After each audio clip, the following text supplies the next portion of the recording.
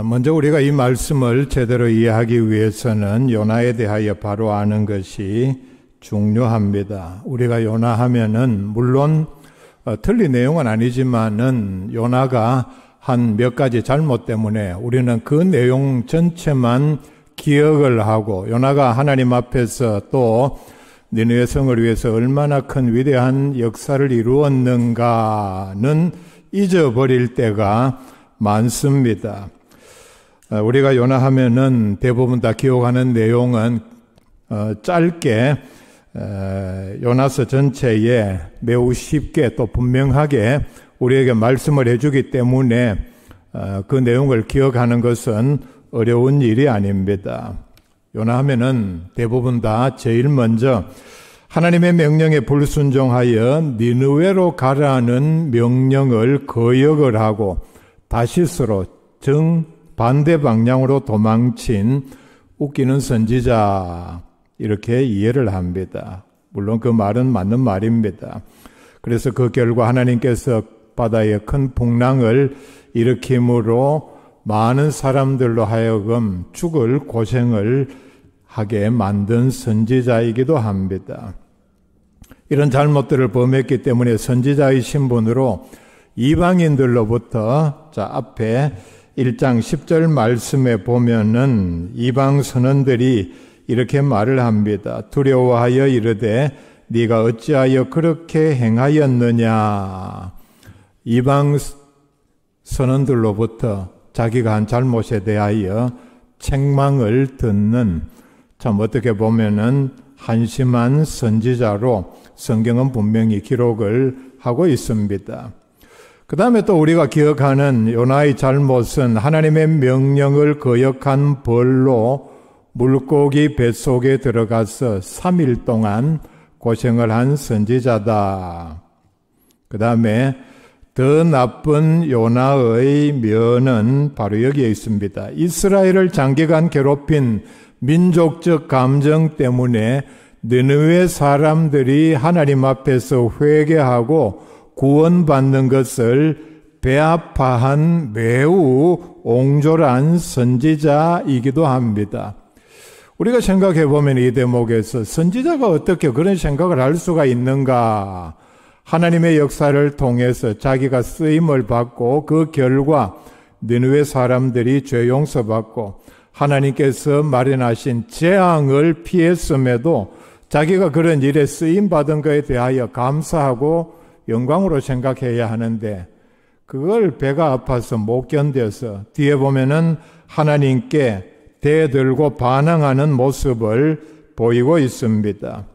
자, 그 과정을 4장 1절부터 이렇게 설명을 합니다.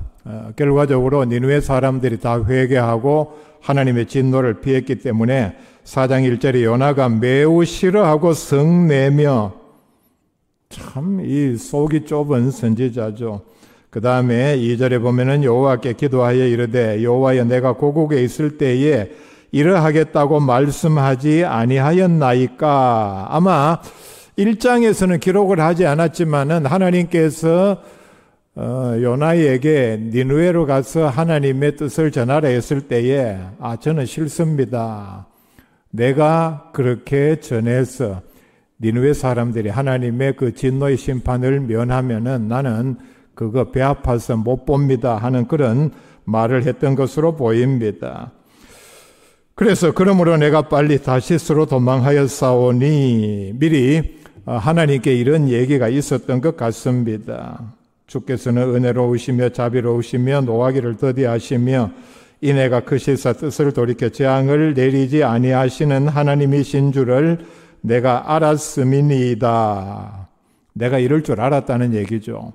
아무리 악한 니느웨 사람이라도 하나님 앞에 회개하면 하나님께서 분명히 용서해 주실 것이다. 그렇기 때문에 나는 바로 니느웨로 가지 아니하고 다시스로 도망한 것입니다. 뭐 이런 선지자가 다 있나 싶을 정도죠. 3절 말씀은 더 가관입니다.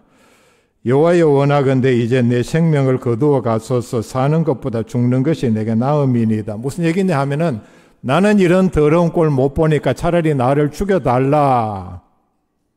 참 도무지 이해할 수 없는 심성을 가진 선지자입니다.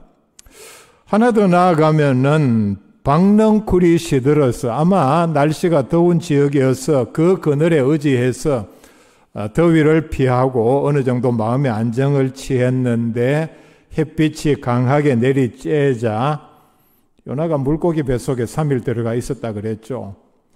아마 그 기간 동안에 그 강한 산성의 작용에 의해서 머리털이 다 빠졌을 수도 있습니다. 그래서 시들어서 박넝쿨이 시들어 그늘을 가리지 못해서 정신이 혼미하게 되자 하나님께 악을 쓰며 죽여달라고 한 선지자이기도 합니다.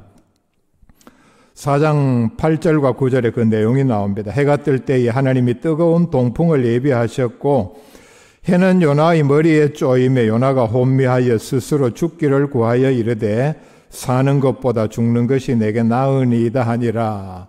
자, 자기를 죽여달라고 지금 또 여기서 요구를 하고 있습니다. 그때 하나님께서는 9절에 하나님이 요나에게 이르시되 네가 이 박넝쿨로 말미암아 성내는 것이 어찌 옳으냐 하시니 그가 대답하되 내가 성내어 죽기까지 할지라도 옳으니이다 하니라.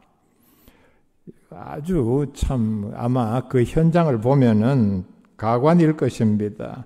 내가 성내어 죽기까지 할지라도 옳으니이다. 하나님 앞에 이렇게 악을 쓰며 대들고 있습니다. 그런데 우리가 이런 면을 넘어서 요나 하면은 성경에 나오는 어떤 사람, 어떤 선지자도 행하지 못한 전무후무한 역사를 일으킨 선지자입니다. 모세도 선지자입니다. 다윗도 선지자입니다. 이런 모든 선지자를 합쳐서 어느 선지자도 행하지 못한 엄청난 놀라운 변화의 사건을 일으킨 선지자가 바로 요나입니다. 전무후무하다 그랬죠. 그 전에도 그 후에도 이런 놀라운 역사를 일으킨 선지자는 없다는 얘기입니다. 2장 요나의 기도 다음에 하나님의 명령에 이제는 순종하여 니느웨로 갔습니다. 전체적인 내용을 보면은 그렇게 혼이 났으니까 마지 못해서 간 것이지 선지자답게 내가 하나님의 명령이니까 내 목숨 걸고 나는 그 명령을 순종한다는 뜻으로 간 것으로는 보이지 않습니다. 마지 못해서 갔다는 얘기입니다. 3장 3절에 보면은 니느웨 성의 크기는 사흘 동안 걸어가야 할 만큼, 그러니까 그 거리를 도는 데는 큰 거리만 그만큼 큰 도시라 말씀을 합니다. 그런데 4절에 보면은 요나가 그 성읍에 들어가서 하루 동안 다니며 외쳐 이르되 40이 지나면은 니느웨가 무너지리라 하였더니, 우리가 여기에서 니느웨 사람들을 대하는 요나의 속마음을 읽을 수 있어야 합니다. 하나님의 명령이니까 어쩔 수 없이 그렇게 혼이 났으니까 마지 못해서 그저 성의 없이 형식적으로 말씀만 전했다는 얘기입니다. 회개하지 않으면 이 성읍이 망할 것이라 말은 했지만은 그 다음은 나는 모른다. 망하든지 말든지 너희들 알아서 하라. 마음이 담기지 않는, 혼이 담기지 않는 그런 외침을 한 것에 불과합니다. 그러니까 이런 대충 하나님의 말씀을 전했음에도 5절부터 10절 말씀까지 보면은 엄청난 역사를 일으켰습니다. 5절에 보면은 3장 5절입니다. 니느웨 사람들이 하나님을 믿고 금식을 선포하고 높고 낮은 자리를 막론하고 굵은 베옷을 입은지라. 형식적으로 그저 지나가면서 한번 외친 말씀 불과한데 사람들 모두가 이런 반응을 보였습니다. 6절에 보면은 그 일이 니느웨 왕에게 들리며 왕이 보좌에서 일어나 왕복을 벗고 굵은 베옷을 입고 제 위에 앉으니라. 7절에는 보면은 사람이나 짐승이나 소떼나 양떼나 아무것도 입에 대지 말지니 곧 먹지도 말 것이요 물도 마시지 말 것이며 사람이든지 짐승이든지 다 굵은 베옷을 입을 것이요 힘써 하나님께 부르짖을 것이며 각기 악한 길과 손으로 행한 강포에서 떠날 것이라. 자, 9절 말씀입니다. 하나님이 뜻을 돌이키시고 그 진노를 그치사 우리가 멸망하지 않게 하시리라. 그렇지 않은 줄을 누가 알겠느냐 한지라. 10절에 하나님이 그들이 행한 것 곧 그 악한 길에서 돌이켜 떠난 것을 보시고 하나님이 뜻을 돌이키사 그들에게 내리리라고 말씀하신 재앙을 내리지 아니하시리라. 그들의 반응입니다.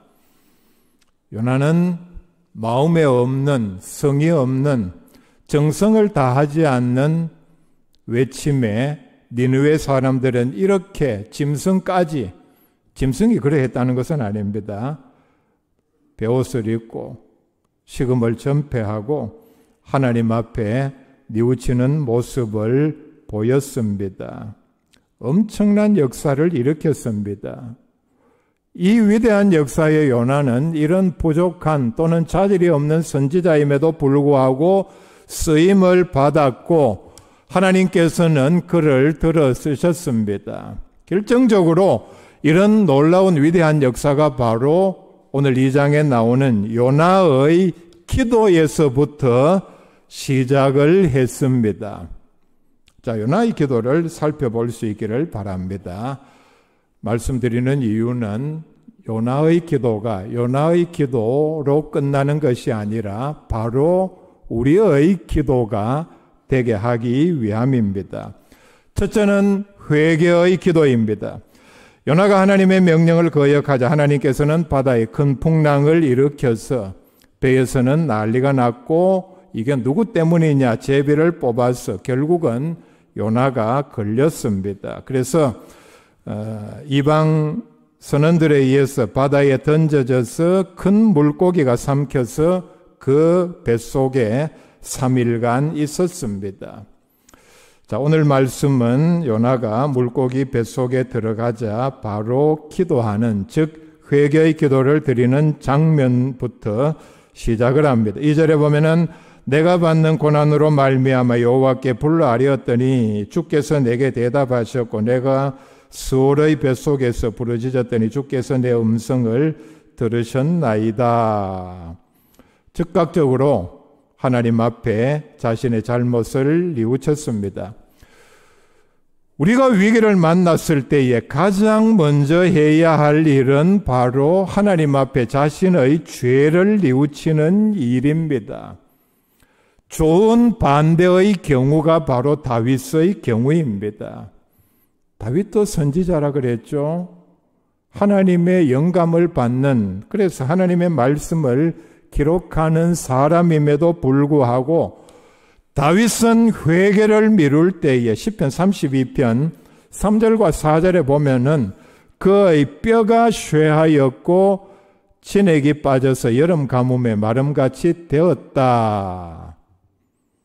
즉각적으로 회개하는 것과 자, 오늘 말씀에 그 결과가 나옵니다. 뒤에 회개를 미룰 때에 어떤 면에서 보면은 영적인 능력 이런 모든 면에서 요나보다는 다윗이 더 월등하다고 할 수 있습니다.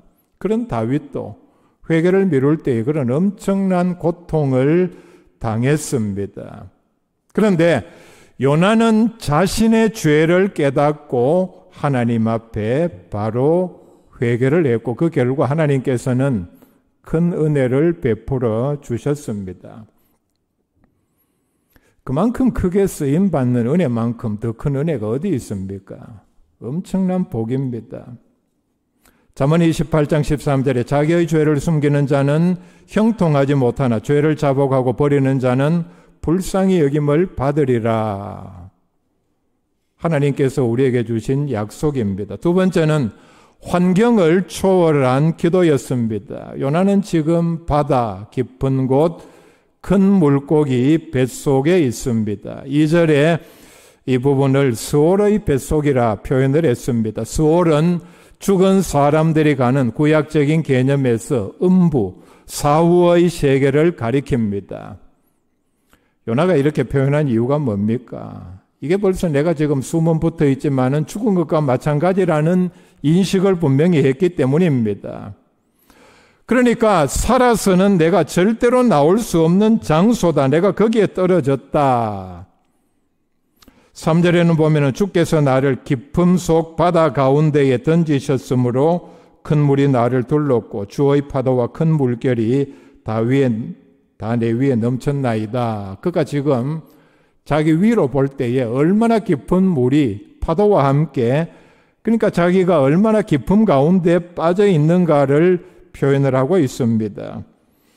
5절에 보면은 물이 나를 영혼까지 둘러싸우며 깊음이 나를 에워싸고 바다 풀이 내 머리를 감쌌나이다. 물이 나를 내 육신만 두른 정도가 아니라 영혼까지 둘렀다는 말은 완전히 끝났다는 얘기입니다. 바다 풀에 머리가 박힌, 아마 바다 밑바닥에 바다 풀이 있는 곳까지 머리가 거기에 박혔거나 아니면은 물고기 뱃속에 있으니까 물고기가 바다 풀을 뜯어 먹었는데 그게 막 머리에 이렇게 엉켰다. 그렇게도 볼 수 있습니다. 자, 얼마나 참 처절한 상황입니까? 그런데 6절에 보면은 산의 뿌리까지 내려갔사오며, 즉 바다의 가장 깊은 곳까지 내려갔다는 뜻입니다. 또 땅이 빗장으로 나를 막았다. 한마디로 말하면은 자신의 힘으로는 절대로 헤어날 수 없는 그런 절망 가운데 빠졌다는 얘기입니다. 요나는 지금 물고기 뱃속에 있습니다. 그러니까 매우 좁은 공간일 것입니다. 좁은 자루, 이 물고기 위로 된, 그러니까 그 위가 자기를 조이는 그런 상황 가운데 있지 않았나. 그러니까 위 속에 그 물고기가 먹었던 다른 고기들, 그러니까 죽은 고기, 반쯤 소화된 고기, 이런 것이 가득하고 위산이 아주 독한 또 점액질에 더구나 산소는 매우 부족해서 질식하기 직전입니다. 역겹기는 또 얼마나 역겹겠습니까? 그 악취는 말로 다 표현하기가 어려울 것입니다. 그러니까 기도하기가 불가능한 장소라는 얘기입니다. 그런데 요나는 기도를 드렸습니다. 그리고 자신이 처한 상황을 그대로 아뢰었습니다. 기도는 어디에서나 할 수 있습니다. 물론 기도의 자리를 정리하고 정돈을 해야 합니다. 그런 자리로 찾아가야 합니다. 그거는 정상적인 상황일 때 얘기고 비상시에는 어디에서나 어떤 상황에서 할 수 있습니다. 기도할 수 없는 장소는 없습니다. 세 번째 요나의 기도는 최선의 것을 소망하고 있습니다. 요나가 처한 자리가 어떤 자리입니까? 최악의 상황입니다. 가장 절망적인 장소입니다. 그리고 우리가 흔히 하는 말로 차라리 죽는 것이 나은 상황입니다. 물고기 뱃속에 있는 것 하나만 해도 최악입니다. 4절에 보면은 내가 주의 목전에서 쫓겨났을지라도, 쫓겨난 거 맞죠? 하나님으로부터 영적으로도 쫓겨난 상태라는 고백입니다. 하나님의 인도하심과 뜻이 없으면은 산다는 것은 전혀 기대할 수 없는 상황입니다. 바깥 어두운 데로 쫓겨났으니까 마태복음 25장의 말씀처럼 슬피 울며 이를 갈 수밖에 없는 그런 상황입니다. 그런데 놀라운 사실은 우리가 이 교훈을 얻어야 합니다. 최악의 절망의 상황에서 최선의 것을 소망하고 있습니다. 바로 다시 주의 성전을 바라보겠나이다. 이 고백입니다. 4절에 나오는 말씀입니다.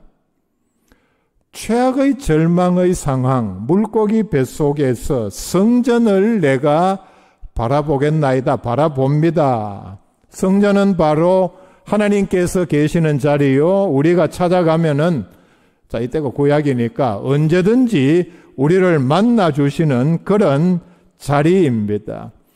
우리가 하나님 앞에 제사를 드림으로 하나님께서는 들으시고 우리의 죄를 용서해 주시고 은혜와 복을 베풀어 주는 장소입니다.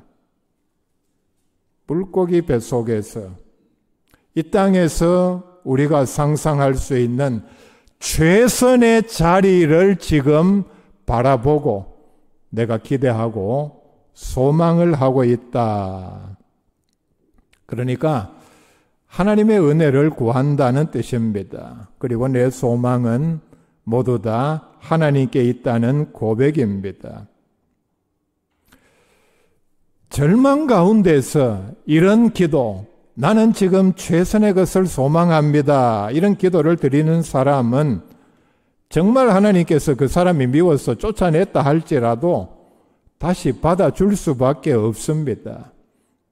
왜냐하면 하나님은 은혜의 하나님이시요 용서의 하나님이시기 때문입니다.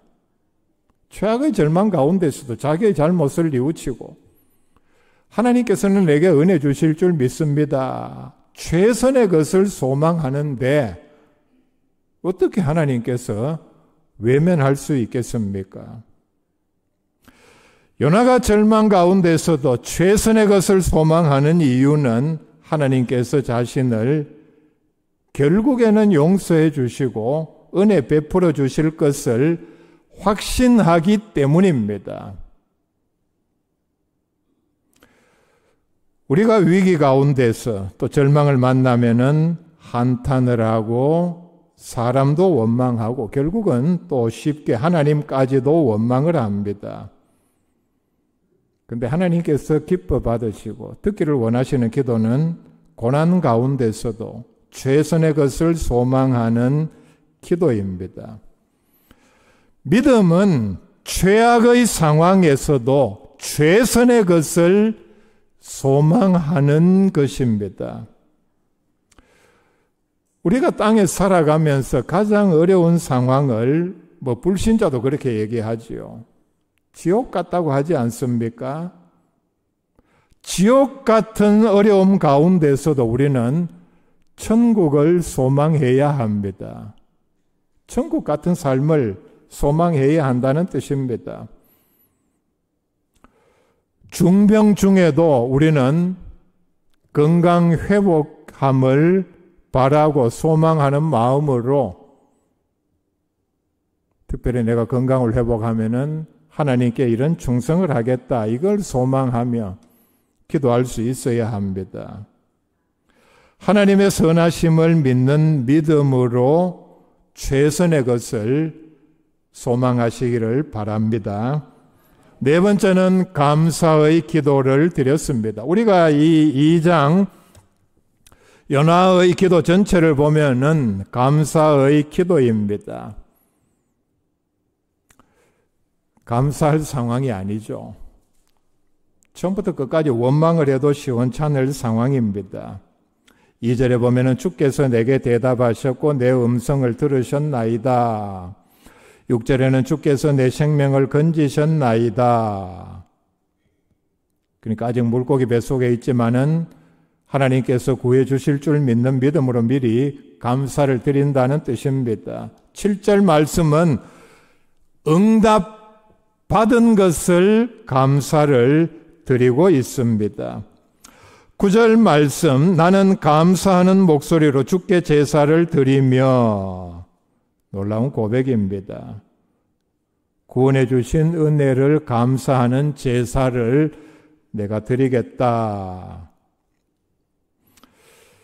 자, 우리가 공통적으로 또 요나도 그런 생각을 가졌을 것입니다. 인간적으로 생각하면은 언제 밖으로 나갈 수 있을지 아니면은 어쩌면은 영원히 못 나갈 수도 있는 상황에서 먼저 감사할 조건을 찾고 하나님의 은혜를 바라면서 감사를 드리고 있습니다. 바울이 제가 지금 말씀드리려고 하는 이 구절을 기록할 때는 요나와 비슷한 상황입니다. 로마 감옥에서 이 말씀을 빌립보 교회에 권면을 하고 있습니다. 빌립보 4장 6절 말씀입니다. 아무것도 염려하지 말고 다만 모든 일에 기도와 간구로 너희 구할 것을 감사함으로 하나님께 아뢰라. 자, 감사함으로 하나님께 아뢰라 말씀을 했는데 앞에 보면은 두 가지 전제 조건이 있습니다. 염려하지 말고 아마 대부분 바울의 생각은 사람들이 기도를 하긴 하는데 구할 것을 구하긴 하는데 상황이 매우 급박하면은 염려를 하면서 기도한다 하는 그런 생각으로 이 말씀을 기록한 것으로 보입니다. 그 다음에 감사함으로, 어떤 경우에 감사함으로 기도할 수 있습니까? 미리 받은 것처럼 생각하면은 감사함으로 기도할 수 있다는 얘기입니다. 바울이 권면하는 내용은 그러면은 우리가 이런 의심을 할 수 있죠. 아니 그러면은 응답 못 받은 경우는 어떡합니까? 그건 우리가 생각할 부분이 아닙니다. 병 중에 기도를 하는데 내가 고침을 얻든 못 얻든 그런 거 생각하지 말고 하나님께서 원하시는 기도는 감사함으로 염려하지 말고 기도드리라는 내용입니다. 다섯 번째는 충성을 서원하는 기도였습니다. 9절 말씀에 나옵니다. 나의 서원을 주께 갚겠나이다. 다시 기회를 주시면은 하나님의 명령대로 니느웨로 가서 하나님의 뜻을 전하겠다고 서원을 했습니다. 이 기도에 하나님께서는 응답을 하셨습니다.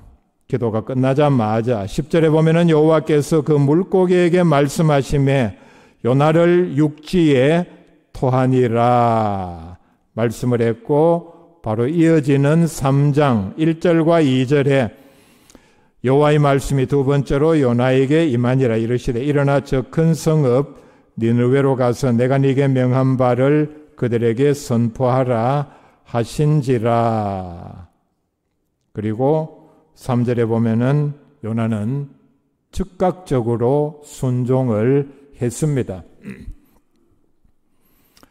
자, 앞에서 말씀드린 모든 내용을 종합하면은 하나님께서는 이미 요나가 한 그런 모든 잘못들 때문에 도저히 다시 쓸 수 없는 그런 상황이라는 판단을 하기에는 충분했습니다. 이거는 우리의 합리적인 생각입니다. 놀라운 사실이 뭡니까? 그럼에도 불구하고 하나님께서는 요나를 신뢰하고 다시 사명을 맡기셨습니다. 이게 뭐냐 하면은 바로 우리에게도 적용되는 진리이기 때문입니다.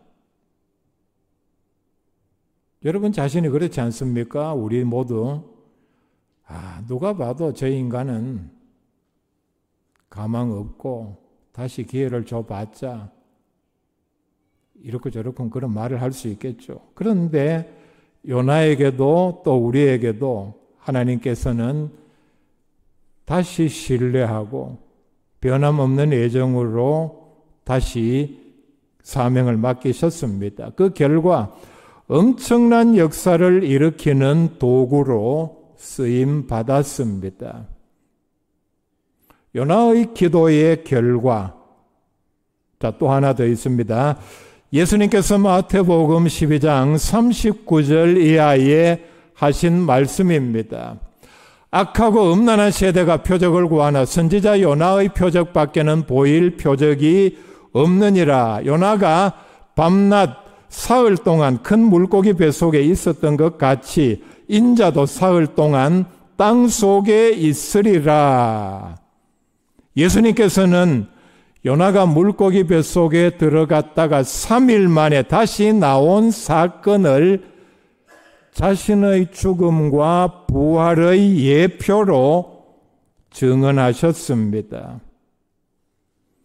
바로 요나가 3일 동안 물고기 뱃속에 있었던 것이 성경에 기록된 최고의 기적인 예수님께서 3일 동안 무덤에 계셨다가 부활하신 기적의 미리 보기라는 뜻입니다.